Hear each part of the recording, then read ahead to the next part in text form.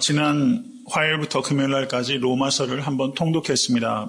매일같이 4장씩 읽어서 한번 통독을 했고, 오늘은 성경 해석의 일반적인 원리와 적용의 원리에 대해서, 그리고 서신서라는 장르를 우리가 읽을 때 무엇에 유의해야 하는지에 대해서 오늘 말씀을 드리겠습니다. 그리고 다음 주에는 화요일부터 금요일날까지 다시 한번 로마서를 통독하고, 토요일에는 로마서 전체의 개론에 대해서 말씀을 드리고자 합니다.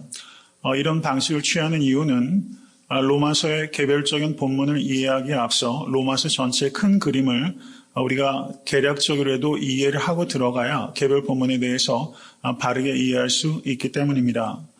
오늘 성경 해석의 일반적인 원리와 적용의 원리, 그리고 서신서의 장르의 특징에 대해서 간략하게 말씀을 드리겠습니다. 이미 시간이 많이 지났고 이 짧은 시간 동안에 이것을 말씀드린다는 것은 사실상 매우 어려운 일입니다. 그리고 좀 다소 딱딱한 이야기일 수 있겠지만 모든 성도님들께서 경청하심으로 성경을 깊이 있게 읽어 나가시는데 큰 유익이 있을 수 있게 되기를 간절히 바랍니다. 성경은 역사 속에서 사람의 말로 주어진 하나님의 말씀입니다. 믿으십니까? 역사 속에서 사람의 말로 주어진 human language로 주어진 divine language, 이것이 성경의 가장 정확하고 간결한 정의라고 할 수 있습니다. 성경에는 이와 같이 두 가지 차원을 우리가 항상 긴장감을 가지고 봐야 되는 것입니다. human language인 동시에 성경은 divine language입니다. 믿으십니까? 세상의 자유주의 신학자들은 성경을 그저 human language로만 이해하고 divine language로 생각하지 않는 자유주의 신학자들이 많이 있어요. 성경은 human language이면서 동시에 divine language입니다. 이것을 좀 더 부연해서 말하자면 성경은 인간의 역사적, 문화적 상황 속에서 우리가 이해할 수 있는 인간의 언어와 인간의 역사적인 신뢰를 통하여 인간 저자를 통해서 주신 하나님의 계시입니다. 믿으십니까? 역사와 문화 속에서 인간의 언어를 통해서 역사적 사건의 신뢰를 통해서 주신 하나님의 계시, 인간이 기자요 하나님 자신이 저자이신 생명의 책, 그것이 바로 성경입니다. 성경을 해석한다는 의미는 성경 저자가 원래 독자에게 무엇을 말하려고 하였는가 하는 것을 찾아내는 것을 성경 해석이라고 합니다. 원래의 저자가 원래의 독자에게, 가령 로마서를 쓴 사람은 누굽니까? 사도 바울이 쓴 것입니다. 사도 바울을 하나님께서 영감하셔서 사도 바울이 로마의 교인들에게 쓴 것입니다. 그럼 로마서를 해석한다는 것은 사도 바울이 로마의 교인들에게 쓸 때 사도 바울이 정말 의미했던 것은 무엇인가 하는 것을 찾아내는 것을 로마서를 해석한다라고 말할 수 있는 것입니다. 저를 한번 따라하십시오. What it meant. What it meant. 이것은 무엇을 의미하였는가? 무엇을 의미하였는가? 또 한번 저를 따라하세요. Then and there. 그때 그곳에서. 따라하십시오. 그때 그곳에서. 성경을 해석한다는 의미는 then and there. 그때 그곳에서 what it meant. 무엇을 의미하였는가? 하는 것을 찾아내는 것을 성경 해석이라고 합니다. 그러면 성경을 적용한다는 것은 무엇을 뜻하는가? 저를 따라하십시오. Here and now. 지금 이곳에서. 좀 크게 따라하세요. 지금 이곳에서. What it means. 따라하십시오. What it means. 무엇을 의미하는가? 이것을 적용한다라고 말하는 거예요. Then and there, 그때 그곳에서 무엇을 의미했는가 하는 것을 해석이라고 한다면 지금 이곳에서 here and now, what it means, 지금 나에게 무엇을 의미하고 있는가 하는 것을 찾아내는 것을 적용이라고 할 수 있는 것입니다. 만약에 우리가 성경을 읽을 때 what it meant, 무엇을 의미하였는가 하는 것에만 관심을 갖고 what it means, 나에게 무엇을 의미하는가 하는 것을 도외시하게 된다면 성경은 그저 옛날 고문서에 불과한 것이 되는 것입니다. 성경은 메마르고 아무런 능력이 없는, 나와는 아무런 연관을 맺지 못하는 그런 죽어버린 책과 같은 것이 되고 말게 되는 것입니다. 반면에 또 다른 극단이 있는데 그것은 지금 나에게 무엇을 의미하는 거에만 집중해서 이것이 원래 무엇을 의미했는가라는 것을 도외시하면 성경 해석이라는 기초가 없이 중구난방으로 터무니없이 자의적으로 성경을 조작하고 남용하게 되는 큰 패단에 빠지게 되는 것입니다. 행위를 무시하거나 행위만을 강조하게 되는 잘못을 범하게 되는 것입니다. 행위를 무시하게 되면 그것은 도덕 폐기론자가 되는 것이고 행위만을 강조하게 되면 율법주의자가 되는 것입니다. 그렇다면 우리는 성경을 어떻게 대해야 되는가? 저를 따라하시기 바랍니다. 지성적이고 실천적인 성도가 되겠습니다. 정말요? 지성적이고 실천적인 성도가 되겠습니다. 이 두 가지를 겸비한 성도가 강력한 성도요, 성경에 대한 바른 이해를 가지고 있는 성도라고 말할 수 있어요. 우리가 사실상 이 두 가지 부분에 공히 취약점을 가지고 있다는 것을 우리가 받아들여야 됩니다. 우리는 지성주의에 빠져서는 안 되지만 성경에 대해서 바른 이해를 갖기 위해서 부단히 노력해야 됩니다. 지성적이고 그리고 실천적인 총체적인 성도가 되실 수 있게 되기를 간절히 소원합니다. 성경을 해석할 때는 5가지 중요한 강조점이 있습니다. 이것을 명심하시기 바랍니다. 충분한 이야기가 아니에요. 저는 굉장히 개략적인 이야기만 드립니다. 바른 해석을 하기 위해서 전제가 되어야 되는 것은 바른 태도가 있어야만 되는 것입니다. 우리의 태도가 결과물들을 결정하는 데 매우 중요한 요소가 된다는 거예요. 성경을 내가 어떤 태도를 가지고 성경을 대할 것인가? 성경을 사랑하실 수 있게 되기를 간절히 바랍니다. 그리고 성경 앞에 겸손하실 수 있게 되기를 간절히 바랍니다. 여러분 성경을 대하실 때 나를 백지 상태로 비워내실 수 있어야 돼요. 내가 성경을 통하여 내가 하고자 하는 말을 하려고 하는 유혹에 목회자가 빠질 때가 굉장히 많아요. 내가 하고 싶은 말을 성경을 통해서 하게 됩니다. 그렇게 해서는 안 됩니다. 항상 나를 백지 상태로 비워서 우리가 사실상 성경은 눈으로 읽지만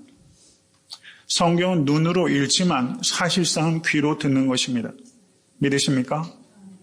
Respect is listening 이라는 말이 있어요. 성경을 경외하는 사람은 성경을 영혼의 귀로 듣는 사람입니다. 믿으십니까? 성경을 대할 때 성경을 사랑함으로 대하고 겸손함으로 대하고 부지런하게 대하실 수 있기를 간절히 바랍니다. 여러분 세상에서 일정한 학문의 수준에 오르기 위해서는 diligence, 부지런함이 반드시 동반되는 거예요. 그런데 우리가 성경을 대할 때 세상에서 학문의 한 분과를 우리가 디그리를 받을 때 드리는 노력만큼도 우리가 진지하게 성경을 대하고 있지 못하다면 여러분 그것은 부끄러운 일이고 여러분 그것은 창피한 일이 아닐 수 없습니다. 성경을 대하실 때 부지런하게 대하실 수 있게 간절히 바라요. 100번 읽으면 뜻이 통한다는 말도 있지 않습니까? 성경을 대하실 때 내가 100번이라도 읽어서 이 뜻을 궁구하겠다라는 그런 의지를 가지실 수 있게 간절히 바라고 제가 로마서 강의를 이제 시작하는데요. 제 개인적으로는 여기가 좀 두근두근 하는 게 있어요. 로마서 강의를 또 하게 되다니 이런 뭔가 벅찬 감격이 있어요. 여러분 기대감을 가지시고 로마서 강의를 하는 동안에 제가 아마 100회는 충분히 넘겨서 설교를 하게 될 것 같습니다. 마가복음 강의를 할 때 제가 97회 강의를 했는데요. 로마서는 아마 그것보다 훨씬 많은 횟수를 설교하게 될 것 같아요. 그 기간 동안에 로마서를 십독하시겠다는 각오를 좀 가지실 수 있기를 간절히 바라요. 로마서를 십독하면 그 전과 후가 분명히 달라질 거라고 생각이 돼요. 저도 지금 로마서 강의를 앞두고 계속 로마서를 거의 하루에 한 번씩 계속 읽어내고 있습니다. 여러분 그런 태도를 가지고 부지런하게 믿음으로 성경을 다독하시고 정독하시는 사랑하는 성도 되실 수 있게 간절히 축원합니다. 두 번째는 해석하고자 하는 본문 전체를 한 번에 읽어내야 됩니다. 로마서를 설교하거나 로마서를 성도님들께서 연구하시고자 할 때는 로마서 전체를 한 번에 읽어내야 돼요. 우리가 큐티를 하는데 큐티를 할 때는 어떻습니까? 매우 짧은 한정적인 본문을 가지고 묵상을 하죠. 거기에서 얻는 유익이 굉장히 큽니다. 그렇지만 큐티가 가지고 있는 한계가 있어요. 그것은 문맥에서 이탈될 수 있는 가능성이 매우 높다는 사실이에요. 그래서 큐티를 하실 때도 그 본문 전체를 한 번을 한꺼번에 읽은 다음에 개별 본문으로 들어가는 순서를 따라야 되는 것입니다. 마치 병원에 가게 되면 엑스레이를 찍고서 몸의 큰 흐름을 보는 것처럼 우리가 어떤 본문에 대해서 관심을 가지고 연구를 하게 되면 그 성경 각권의 엑스레이를 찍고 그 다음에 세부적인 작은 뼈들과 근육들과 실핏줄들이 어떻게 연결됐는지를 보는 것처럼 그와 같은 순서에 따라서 성경 전체를 연구하고자 하는 권 전체를 한번 읽고 그 다음에 개별 본문과 씨름하겠다. 이런 순서를 따라서 성경을 읽으실 수 있기를 간절히 바랍니다. 세 번째는 저를 따라하십시오. 컨텍스트와 컨텐트를 주의 깊게 관찰하자. 컨텍스트는 문맥이고 컨텐트는 내용입니다. 우리가 성경을 볼 때 주의 깊게 관찰할 대상은 이 두 가지예요. 컨텍스트와 컨텐트. 문맥과 내용을 살펴야 됩니다. 성경을 해석할 때 가장 중요한 요소는 성령님의 인도하심입니다. 성경은 성령의 감화로 쓰임받은 책입니다. 믿으십니까? 그렇기 때문에 인간의 지적인 능력으로 성경을 읽는 데는 분명한 한계가 있는 것이고 세상에서 아무리 최고의 수준의 석학이라 할지라도 기도하며 성령께 인도하심을 받지 못하면 그 연구의 성과물들은 오히려 교회의 독이 됩니다. 성경을 읽을 때 가장 중요한 최고의 최상위의 기준은 권위는 오직 성령님입니다. 믿으십니까? 그래서 저는 개인적으로는요. 일자무식에 심지어 문맹에 할머니 할아버지가 성경을 읽는다 할지라도 그 심령으로 문맹이면 성경을 못 읽겠네요. 여하튼 배움이 깊지 못한 분이 성경을 읽는다 할지라도 깊이 기도하며 성령님께 의지하고 성경을 읽게 되면 여러분 믿음이 없이 세상적인 학문을 가지고 읽는 사람들이 결코 도달할 수 없는 그런 영적 지혜를 얻을 수 있다 저는 믿습니다. 그 다음에 중요한 것이 뭐냐? 그것은 context. 문맥이 중요합니다. Context is the king of interpretation 이런 말이 있어요. 문맥이 성경을 해석하는 왕과 같은 거예요. 이것을 항상 기억하십시오. 그 자체로는 의미 있는 말로 들리고 그 자체로는 마음의 감동이 된다 할지라도 성경이 그것을 말하고 있지 않다면 그것은 잘못된 겁니다. 항상 성경을 해석할 때는 그 본문이 앞뒤 문맥과 전체 흐름 속에서 이야기하는 바를 정확하게 드러낼 수 있도록 설교하고 그것을 찾는 일, 이것이 매우 중요한 일입니다. 문맥에는 두 가지가 있어요. 저를 따라하십시오. Historical context. 역사적 문맥이 있고 두 번째는 따라하십시오. Literary context가 있습니다. Literary context. 역사적 문맥, 그 다음에 문학적 문맥. 여러분 수십 년 전에 대학교 강의실로 좀 잠깐 돌아왔다고 즐거운 상상을 하시며 들으시기 바랍니다. 문맥에는 historical context와 literary context가 있어요.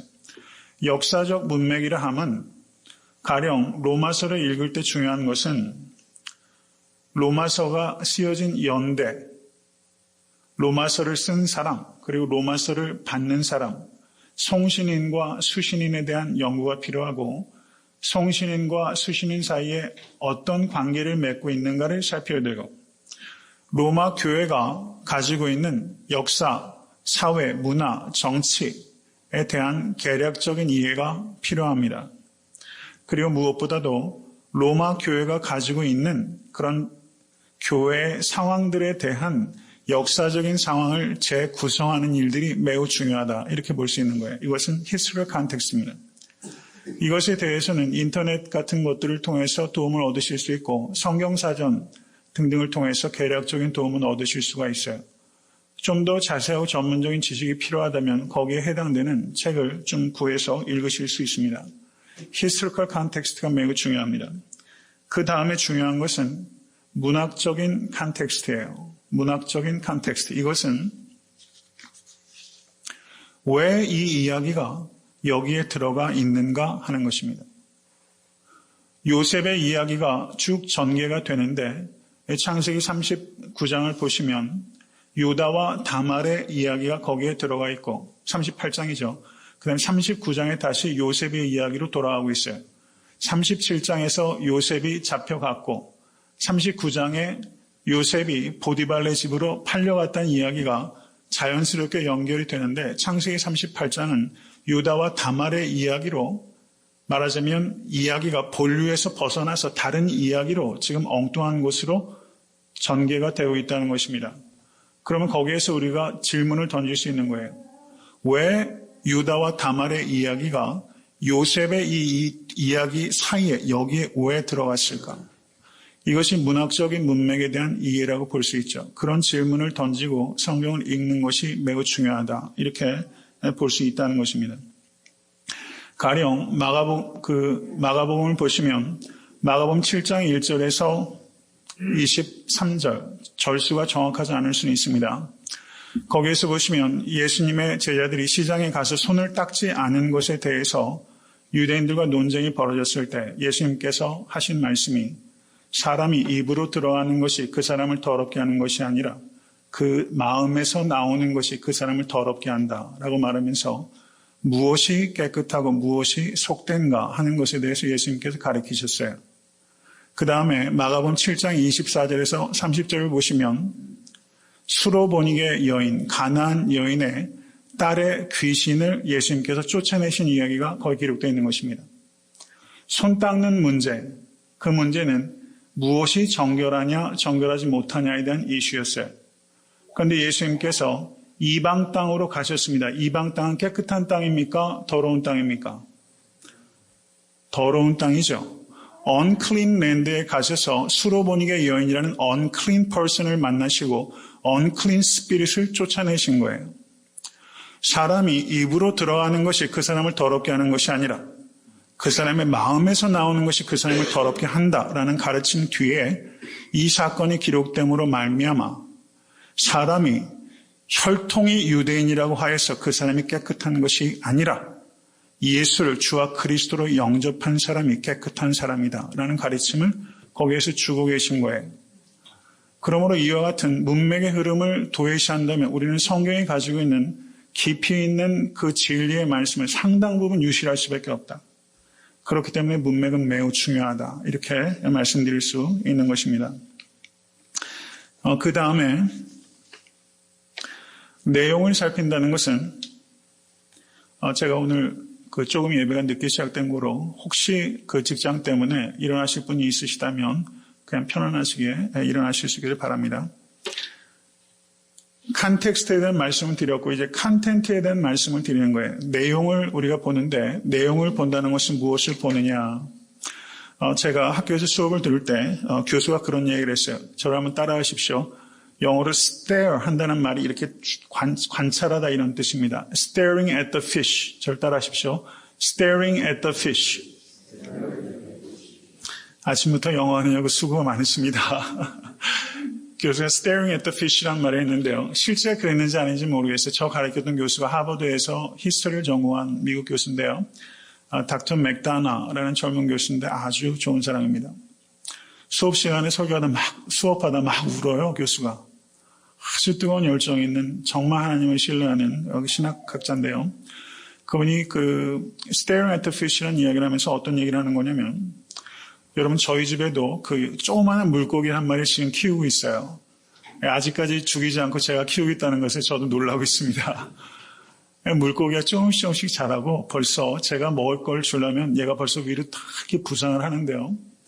수족관의 물고기들이 여러 종류를 하게 되면 이 물고기들이 있는 위치가 정해져 있는 거예요. 가만히 staring at the fish 하게 되면 벌써 권력 구조가 거기에 탁 있습니다.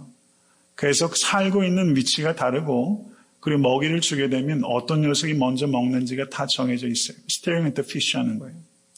성경을 만약에 제가 내일 설교할 본문이 요한복음 3장 1절에서 15절입니다. 니고데모에게 예수님께서 말씀하신 내용을 가리켜요. 여러분 그 말씀 주일학교 때부터 많이 들으셨잖아요. 그럼 제가 그 본문을 대할 때 마음이 편안하겠습니까? 짐이 크겠습니까? 짐이 더 커요. 긴장감이 생기더라고요. staring at the fish 하는 거 그 말씀을 보면서 제가 stare 하는 거예요. 그 말씀을. 그래서 여기에 반복적으로 나타나는 어떤 특징이 무엇인가, 어떤 물고기가 제일 먼저 올라오는가, 어떤 물고기가 어디 사는가 하는 것을 staring 하는 것처럼 성경을 읽으실 때 어떤 말씀이 recurring, 반복적으로 나타나는가.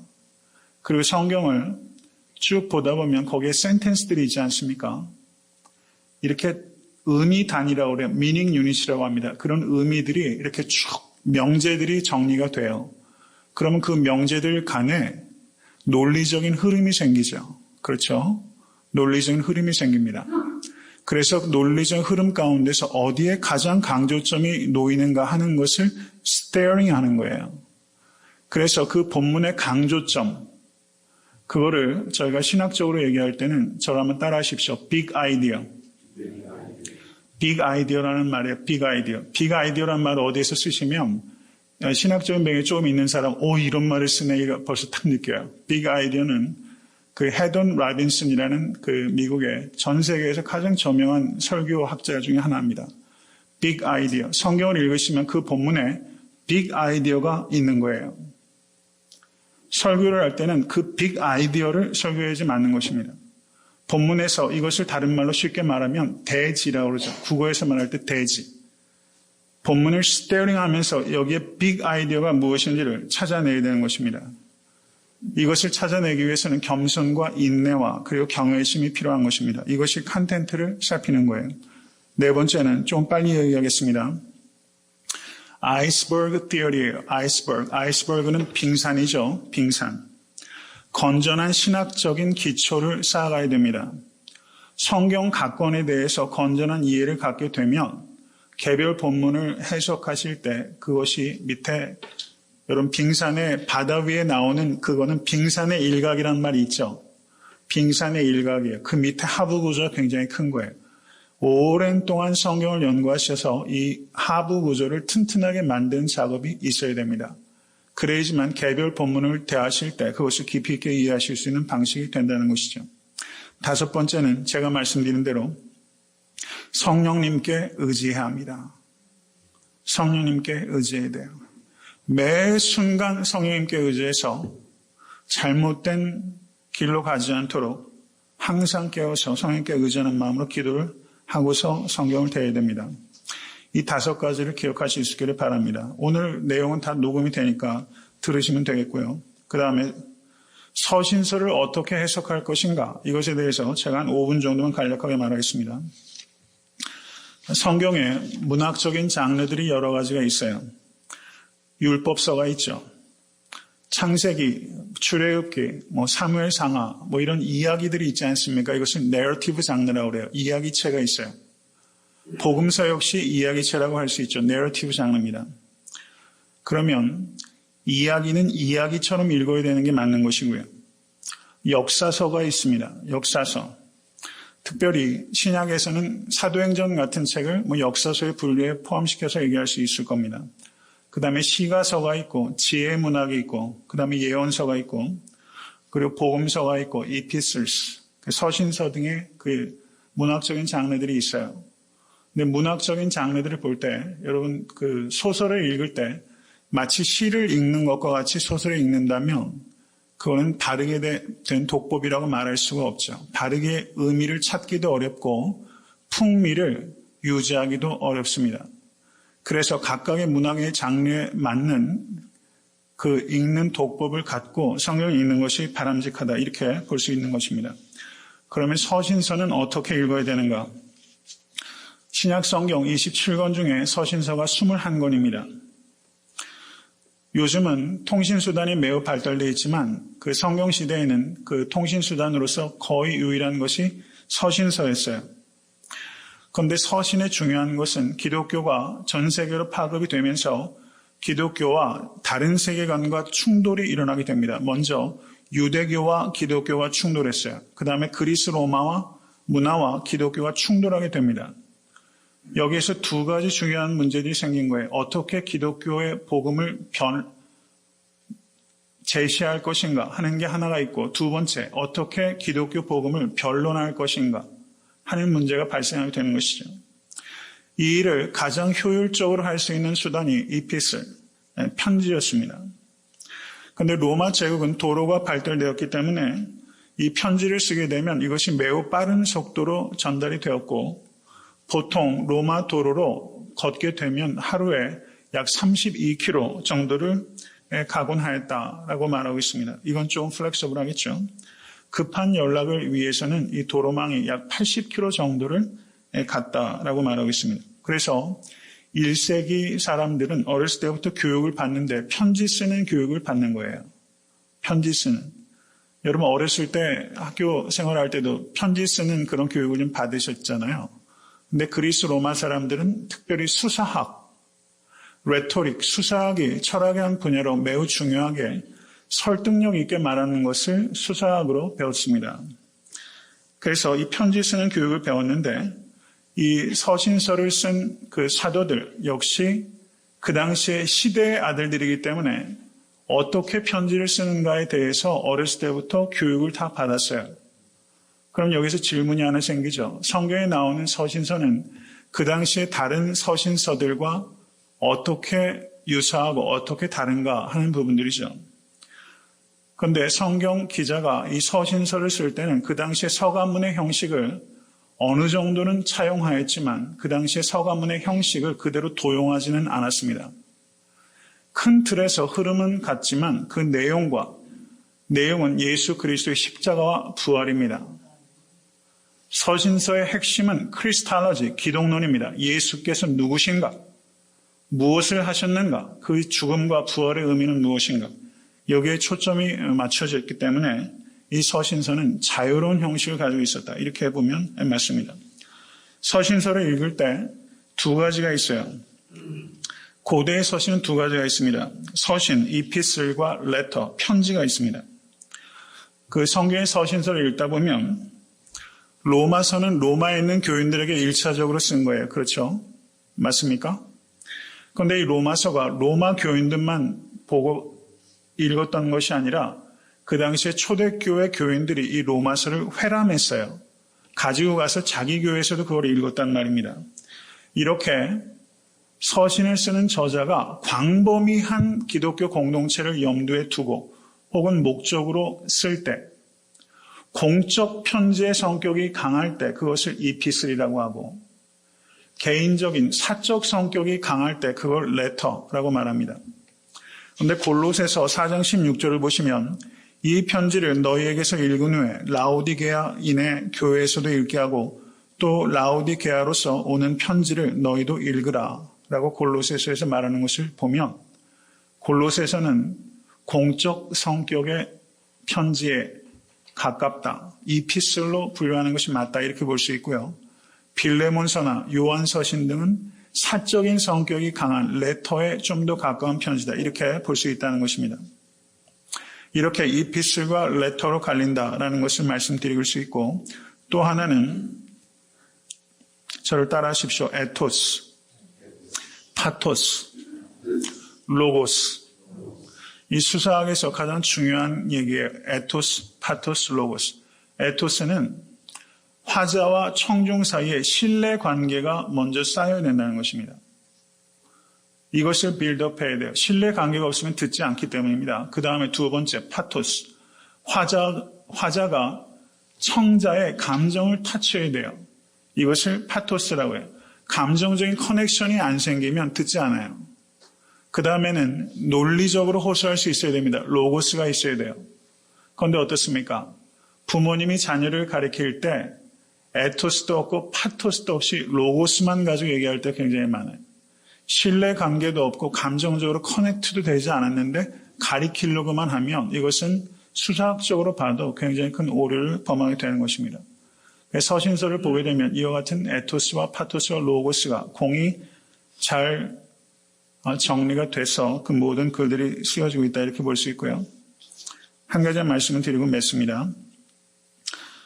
복음서를 읽게 되면요, 저희가 연구할 때는 그렇게 봅니다. 복음서를 보게 되면 가령 그 아까 말씀드렸던 그 마가복음 7장 24절 30절을 보시면 거기에 이방인 여인을 수로보니게 여인이라고 기록하고 있는데, 병행 본문인 마태복음 15장 24절에서 30절을 보시면 거기에는 가나안 여인이라고 표현하고 있어요. 똑같은 사람을 한쪽에서는 수로보니게, 내셔널리티 가지고 얘기하고 있고, 그 다음에 가나안 여인이라고 마태복음 말하면서 거기에서는 그 수로보니게는 페니키아 사람이라는 뜻입니다. 페니키아인. 그 다음에 가나안 여인이라는 것은 내셔널리티로 얘기한 것이 아니라 그 사람의 민족이 뿌리가 가나안 사람이다, 이렇게 말한 거예요.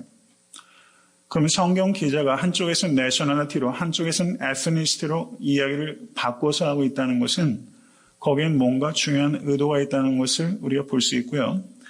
이 말씀을 드리는 이유는 마태복음을 쓸 때는 마태가 이것을 읽는 사람들이 일단 기본적으로 메조리티가 유대인이라는 것을 알고 유대인에게 쓴 거예요. 그래서 마태복음은 그 다른 어떤 복음서보다 그 구약 성경에 대한 인용이 매우 많습니다. 그래서 유대인들이 제일 적대 관계에 있던 사람이 누구죠? 가나안 사람이에요. 페니키아인이라고 말하는 것보다 가나안 사람이라고 말하면 유대인들이 받는 샥이 큰 거예요. 그런데 마태는 그것을 가나안 사람이라고 표현함으로 인해서 충격을 가고 누가 진정한 그리스도인인가, 누가 진정한 트루 주이신가, 그것은 가나안 사람이라 할지라도 여자야 내 믿음이 크도다, 믿음이 있는 이 여인이 진정한 영적 유대인이다, 이것을 강조하기 위해서 가나안 사람이라고 쓴 거라는 거죠. 그래서 이 유대 공동체, 그 복음서를 읽어도 이 복음서를 주로 읽는 그 배우의 공동체를 어느 정도 저희가 구성해낼 수 있지만, 그 서신서를 보게 되면 특별히 서신서는 가장 상황을 반영하는 글이 서신서다, 이렇게 볼 수 있다는 겁니다. 여러분, 제가 만약에 편지를 쓰게 되면요, 제가 편지를 어떤 성도님께 쓴다면, 성도님 요즘 어떻게 사업은 어떠십니까? 자녀는 어떠십니까? 구체적인 상황들을 제가 알고서 쓰잖아요. 그죠? 처음에 인사말에 제너럴하게 써도. 그러니까 편지라는 것은 어떤 특정한 컨디션, 상황이 전제가 되어 있다는 거예요. 분명하죠? 그렇기 때문에 로마서가 됐든 어떤 서신서가 됐든 그 서신서를 해석할 때 가장 중요한 키는 그것을 받는 교회의 상황을 내가 로마서를 읽으면서 재구성해내는 작업이 필요하다는 겁니다. 여러분, 가령 제가 이민곤 집사님께 전화를 만약에 한다고 보세요. 근데 옆에서 제가 전화하는 소리를 여러 성도님들께서 들으시는 거예요. 그러면 양쪽에 오가는 이야기가 들리지 않아도 제가 하는 이야기만을 듣고서 어느 정도 무슨 이야기가 진행되는지를 구성하는 게 가능하죠. 어느 정도까지는요. 그 로마서라는 편지를 읽으면서 우리가 전화기에 한쪽 이야기만 듣는 것처럼 그 이야기를 듣고서 로마 교회의 상황들을 재구성하는 작업이 매우 중요하고, 거기에 입각해서 성경의 개별 본문을 해석하고 이해하는 것이 매우 중요하다. 이렇게 서신서에는 특별히 그 컨디션을 구성해 나가는 것이 매우 중요하다. 이 부분을 염두에 두시고 읽어 나가시면 되겠습니다.